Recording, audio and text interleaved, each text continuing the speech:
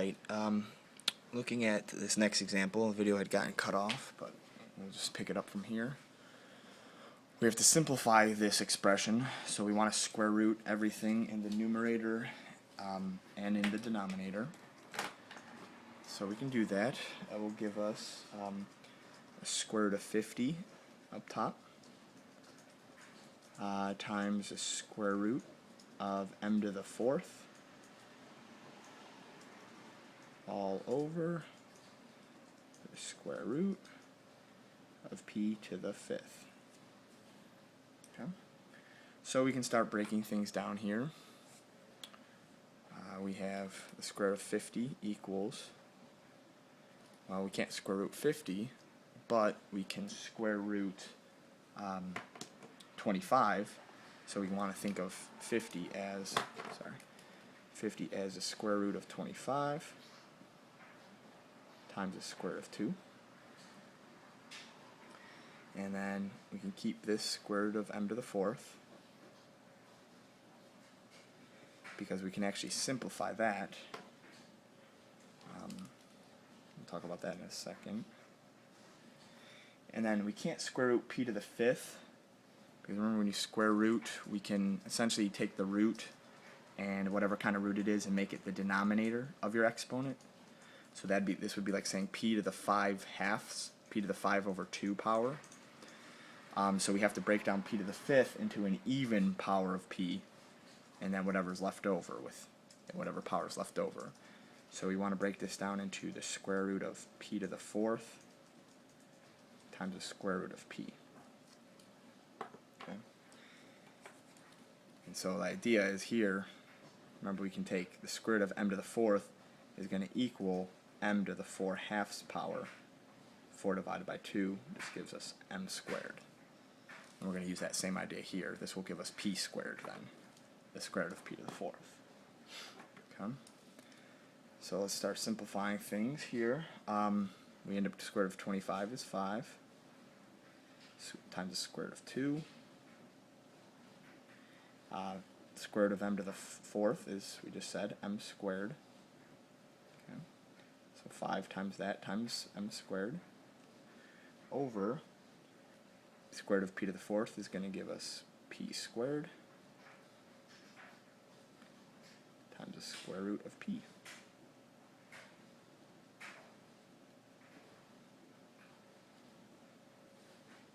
Okay.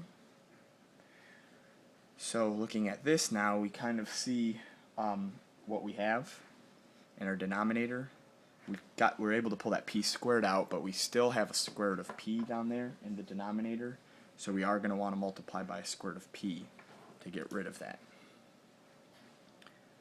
So square root of p down there, we'll make that times square root of p times square root of p will just give us a p. And up top we have to multiply by a square root of p as well.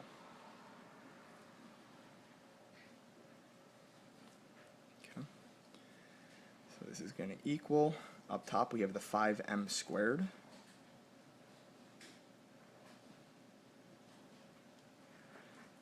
And then we have a square root of 2 and a square root of p, which will give us a square root of 2p. And then down below, we have the p squared. And then square root of p times the square root of p is going to give us an additional p. Because that would be the square root of p squared, which will just give us p. So one last piece to write our final answer. This is going to equal 5m squared times the square root of 2p all over p squared times p will give us p to the third. And that one's done. So that one obviously a little different. You want to simplify first to break your root down so it's as small as possible. So it's really just a square root of p we have to handle to rationalize the denominator. Okay. So now we're going to look at the problems where we have higher roots, a cube root or a fourth root, for example. The idea here is that if you have a higher root, like a cube root, then you would need 3 cube roots in order to get rid of the root. Or if you had a fourth root, you would need 4 of those to get rid of the root. in order to rationalize. We kind of looked at an example like that on the other page where I'd showed you we needed 3 cube roots of 4 in order to get something that would cube root perfectly. So let's take a look at problems like that now. So we have the cube root of 27 over the cube root of 27 over 16. We can start by turning this into 2 separate cube roots. Okay, so this equals the cube root of 27 over the cube root of 16.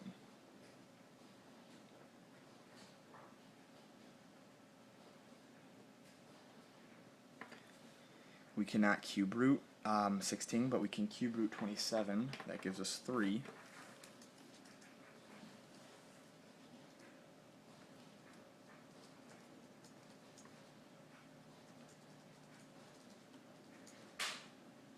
Over, now we can't cube root 16, but we could break that down into something that could be cube rooted.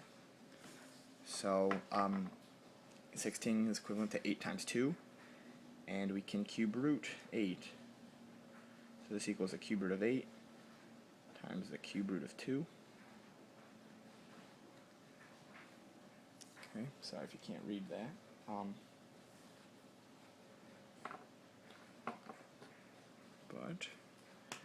So from there, we can turn this into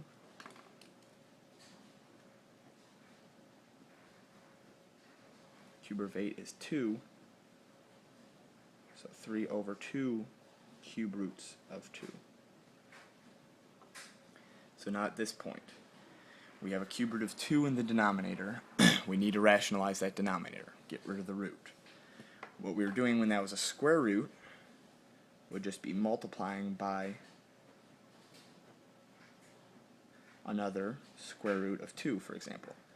But here, because this is a cube root of 3 times the cube root of 3 would give you the cube root, or sorry, the cube root of 2 times the cube root of 2 would give you the cube root of 4. You can't cube root 4.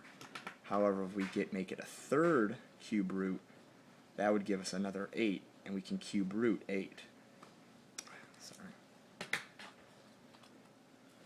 8 is what it's going to become, sorry. But we want to have 2 additional cube roots of 2. Okay? So that's what this was saying up at the top. If you have a cube root, you need 3 factors in order to rationalize. So we have cube root of 2, and I'm throwing in 2 additional cube roots of 2. So we're going to have to do the same to the numerator. Times the cube root of 2 times another cube root of 2. Okay? So now we can go ahead and start simplifying these things. This is going to equal cube root of 2 times the cube root of 2, give us the 3 out front, times the cube root of 4. As you can see, that doesn't work. That we can't cube root. But down below we had the 2, cube root of 2, cube root of 2, cube root of 2. Just to kind of show you the in-between step, that would give us the cube root of 8. But that gives us something we can cube root now. The cube root of 8 equals 2. Okay. So this equals 3 cube roots of 4 all over 2 times cube root of 8 is 3. So that'll give us 6. Or sorry, the cube root of 8 is not 3, it's 2.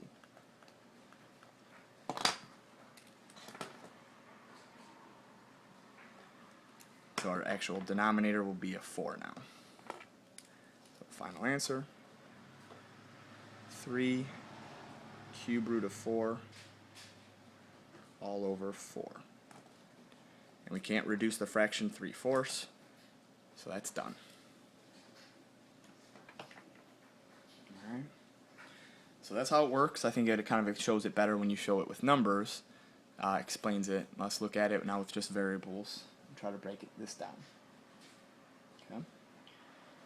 We have the 4th root of 5x over z. So we have to think of what we will need to do in order to rationalize a denominator. But first let's separate that fraction into two separate fourth roots.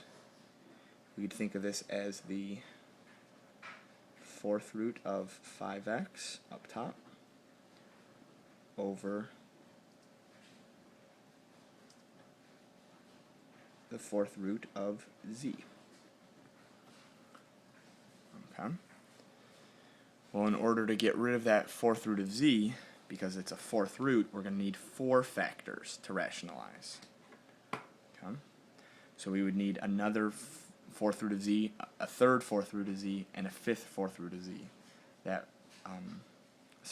We need a second fourth root of z, a third, and a fourth root of z. So in other words, what we'd be multiplying is by 3 different additional factors. So we can think of it as the fourth root of z cubed. Okay? Because this is going to give us the fourth root of z to the fourth when we multiply, and that cancels out the root and the power. So we have to multiply by the fourth root of z cubed in the top and in the bottom. Okay. So it's a little trickier, maybe to understand it when you're looking at it just with variables. So this is going to equal, we have the fourth root of 5x z to the third up top.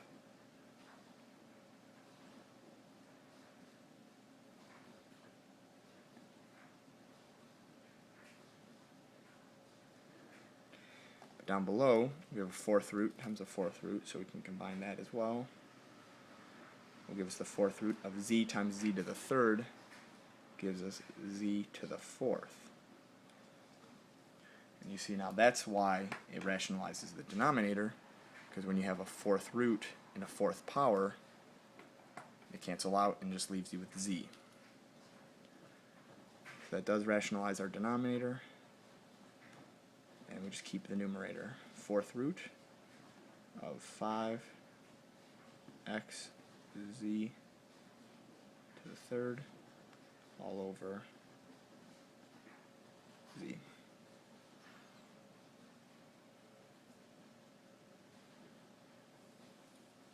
So that right there is our problem.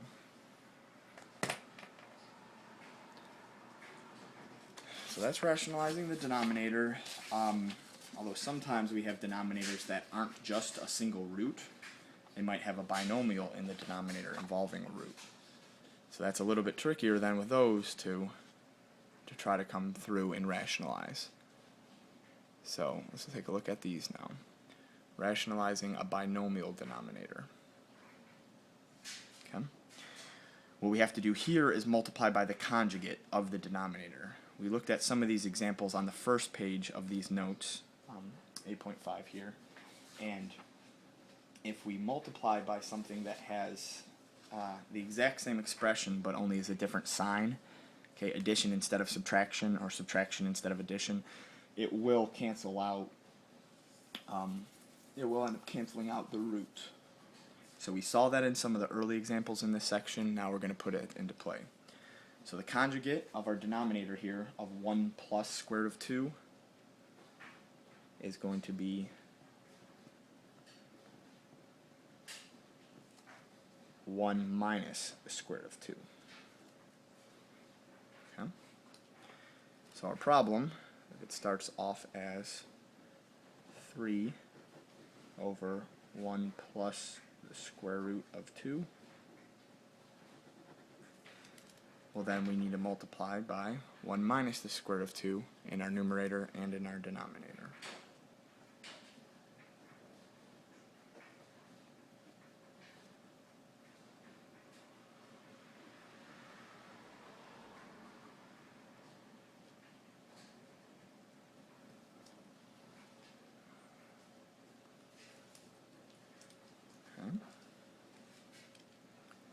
So this gives us, up in the numerator, we'd have to distribute. 3 times 1 is 3. 3 times a negative square root of 2 is minus 3 square root of 2. Down below we'd have to use a FOIL. 1 times 1 is going to give us 1. 1 times a negative square root of 2 is going to give us a minus square root of 2. and we have a positive square root of 2 times 1 will give us a positive square root of 2, which will cancel out. And then square root of 2 times a negative square root of 2 is going to give us a negative. I'll just write that as square root of 2, square root of 2 for now. But remember, a square root times a square root will get you right back to that number under the root if it is the same.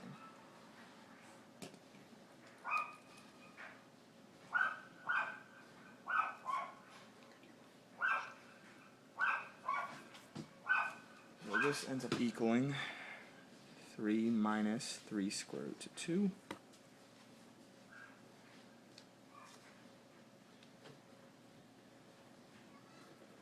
over minus square root of 2, positive square root of 2, cancel each other out there. So we have 1 minus square root of 2 times the square root of 2 gives you square root of 4, which is just 2. So this equals 3 minus 3 square roots of 2 over negative 1.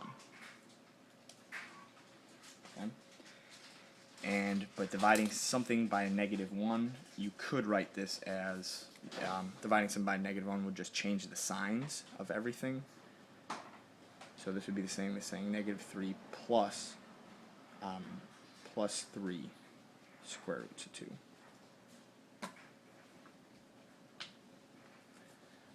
Okay. So either or means the same thing. At least in the second expression, you don't have a fraction. All right. So we're going to continue using the same method for all of these examples. 5 over 4 minus square root of 3. So we want to look at that and take the conjugate.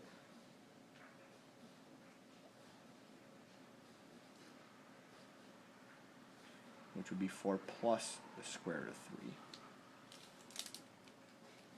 Okay. So keeping our same problem. It's like up here. It's going to equal 5 over 4 minus the square root of 3. And we're going to multiply in the denominator by 4 plus the square root of 3. And the numerator by 4 plus the square root of 3. Multiplying here, we get, distributing the 5, we get 5 times 4 is 20, plus 5 times the square root of 3.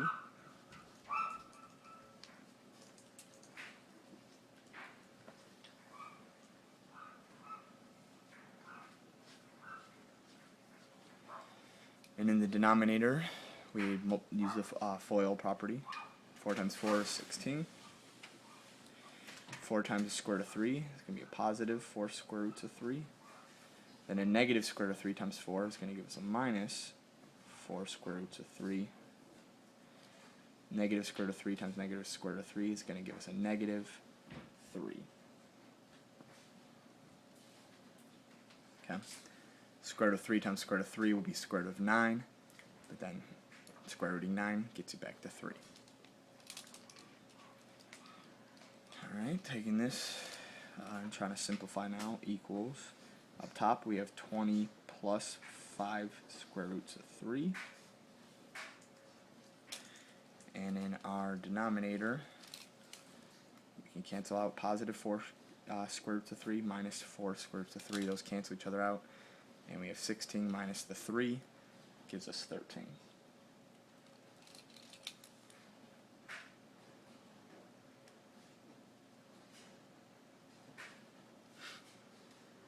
Okay. So that right there would be your final answer. Alright, we end up with one more where we have a binomial in the numerator and in the denominator, which is alright. Doesn't change our process. We really don't care about the numerator. All we care about is finding the conjugate of the denominator and multiplying with that. So in this case, the conjugate of our denominator is going to be the square root of 5 minus the square root of 3.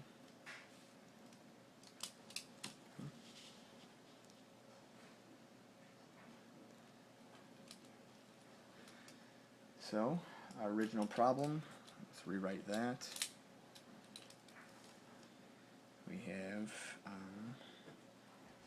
square root of 2 minus the square root of 3 all over square root of 5 plus the square root of 3. Okay. There's our original problem, and now we're going to go through and multiply by the conjugate in the numerator and denominator. Since we have two terms, we're going to have to use the FOIL property in both. So this times square root of 5 minus the square root of 3. Same in the numerator, square root of 5 minus the square root of 3. It's going to simplify in the bottom pretty nicely, although not in the numerator, because even though they're both binomials, it's not they're not conjugates. So we go through here and multiply now. FOIL in both cases. We have square root of 2 times the square root of 5. Give us the square root of 10. Square root of 2 times the square root of 3, but it's a negative square root of 3, so minus square root of 6. Negative square root of 3 times square root of 5 is going to give us a minus square root of 15. Negative square root of 3 times a negative square root of 3 is going to give us a positive, I'll just write it out for this one, square root of 9. Although that's going to turn back into the square root of 3. Or if that's going to turn back into just 3. Using the FOIL property down below, square root of 5 times square root of 5 gives you the square root of 25. Square root of 5 times negative square root of 3 gives you a minus square root of 15. Positive square root of 3 times positive square root of 5 gives us a positive square root of 15. Which will cancel out those two terms. And then lastly, square root of 3 times negative square root of 3 gives us a minus square root of 9. So now we can go through and start simplifying some things. Like we said, in the denominator, the minus square root of 15 and the positive square root of 15 will cancel out. So here we'll end up with equals square root of 10 minus square root of 6 minus square root of 15. There's no way we can rearrange any of those numbers so that they are square rootable. We can't break them down any. But we can square root 9, which just gives us a 3.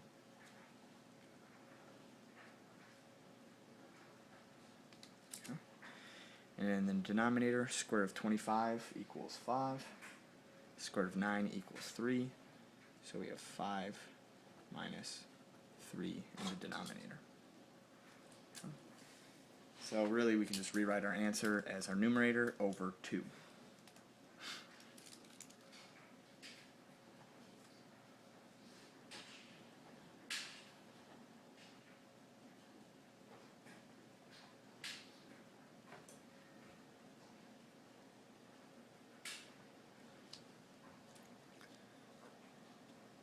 Alright. And now just the last part to look at is writing something in lowest terms. Okay, we kind of already did this in the problem up here where we had to simplify with the negative 1. We're going to look at just a couple more quick examples of that. So writing something in lowest terms is when you have a fraction but we can reduce the fraction even when involving these radicals. So something like 8 minus 20 square roots of 5 all over 4, we can split this up into two different pieces. We can only reduce it if the 4, our denominator, will divide 8 and divide 20. So we could rewrite this as 8 over 4 minus 20 square roots of 5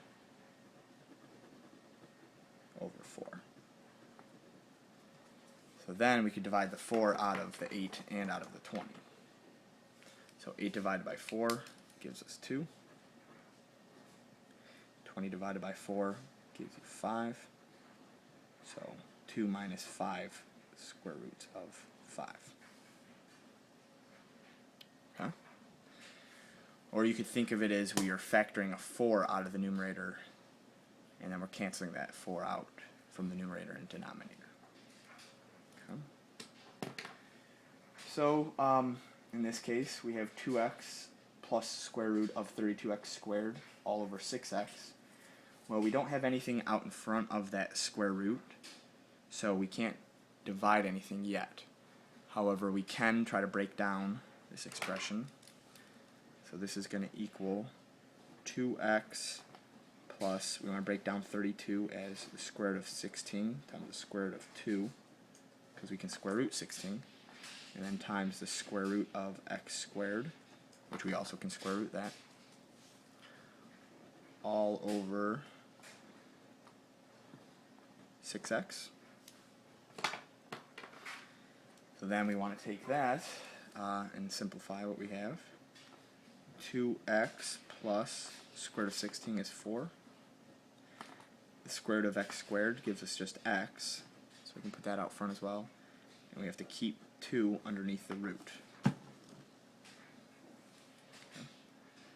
All over 6x. So now we could take this and break it up into 2 fractions. This is equivalent to saying 2x over 6x plus 4x times the square root of 2 over 6x. And that we can simplify. So 2 6 will reduce into 1/3. Okay? And the x's will cancel each other out. So 2 6 is equivalent to 1/3. On our next fraction, the x's again will cancel each other out, and 4 6 will reduce into 2/3. So this will equal 1/3 plus 2/3. Well, we can keep the square root of 2 up top with the 2. So plus 2 square roots of 2 over 3. Okay? Sometimes you'll see it written that way. Sometimes you'll see it written as keeping it as one fraction. So since these both have 3 as the denominator, you'll see it written as 1 plus 2 square roots of 2 all over 3. So either of those are fine, acceptable answers. Okay. And that is it for 8.5.